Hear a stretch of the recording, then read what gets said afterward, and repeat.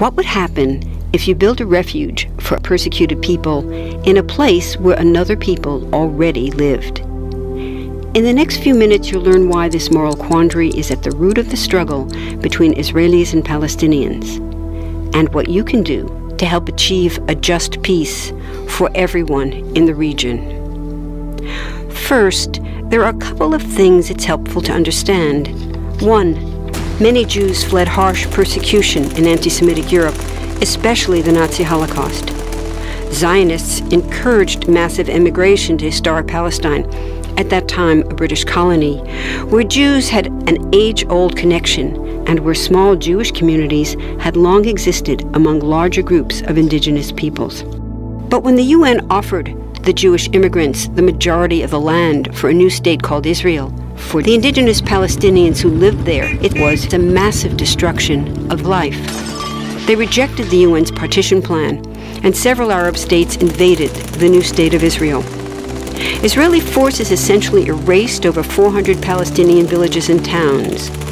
By the end of the fighting, Israel controlled 78% of historic Palestine. And when 750,000 Palestinians who fled or were expelled during fighting tried to return to their homes where the new state now stood, they were permanently barred by the Israeli government. While over 100,000 of their relatives and neighbors who hadn't left became second-class citizens of the new state, along with the new Jewish majority. Today, Palestinian refugees and their descendants number in the millions. Most are in the Gaza Strip, the West Bank, and Jordan.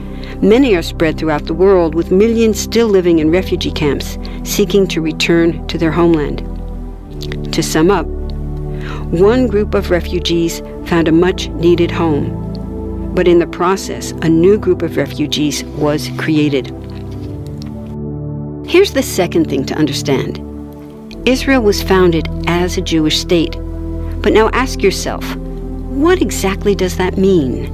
People had lots of ideas about what a Jewish state should look like. Some called for equality for all citizens.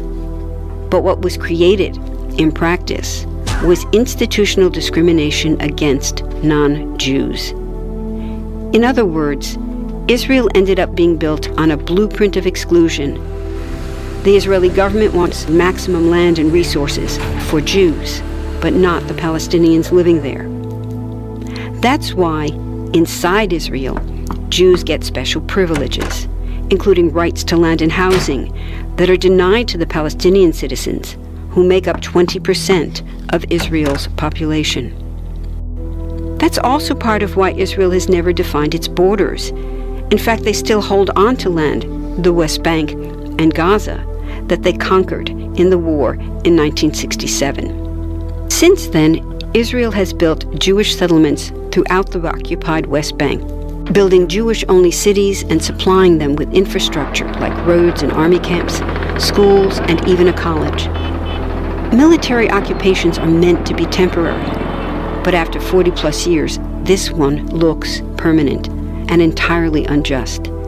In the West Bank, Israeli Jewish settlers and Palestinians live on the same land, but must live under two completely separate and unequal systems of Israeli law. The Jewish settlers dominate the natural resources, including water and agricultural land, and they're backed by the Israeli army. To maintain the occupation, Israel has demolished thousands of Palestinian homes and orchards, confiscated Palestinian land, bombed a captive civilian population in Gaza, and punished resistance with raids, arrests, and assassinations, all to gain maximum land while making life so difficult for Palestinians that they will either leave or be too afraid to resist. Palestinians have fought back. For decades, they tried to achieve national liberation through armed struggle. Some groups still do, but the majority now support popular protest instead. The deeply harmful pattern of control, repression, and violence profoundly harms Palestinians living under occupation and Israelis living as occupiers.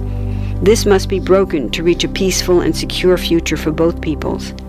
Now that you understand the problem, what about the solution? What about peace talks? So far, over 2 decades of U.S.-backed peace talks have actually made things worse by helping Israel continue the occupation. It's been years of talking while Israel massively expanded the Jewish settlements and literally redrew the map. Peace talks are good if they're real, but not when they're theater to cover a land grab. So now what? The current world superpower, the United States, has been a terrible friend, enabling Israel's destructive and self-destructive expansion onto Palestinian land by funding the Israeli military, the biggest recipient of U.S. foreign aid in the world. But there's another superpower that can make the difference: you. There's a movement with hundreds of thousands of people just like you across the world, including Palestinians and Israelis, protesting, educating, divesting, and boycotting, all to bring nonviolent international pressure on Israel to stop violating human rights of Palestinians. Throughout history, where governments have failed to push for justice, people just like you, like us, have taken the lead and won. Now it's the Palestinians' turn for freedom and justice. We can pressure Israel to end the occupation and the discrimination. We want all people, Jews and Palestinians, to have equality, human rights, and democracy. We can change history. Join us.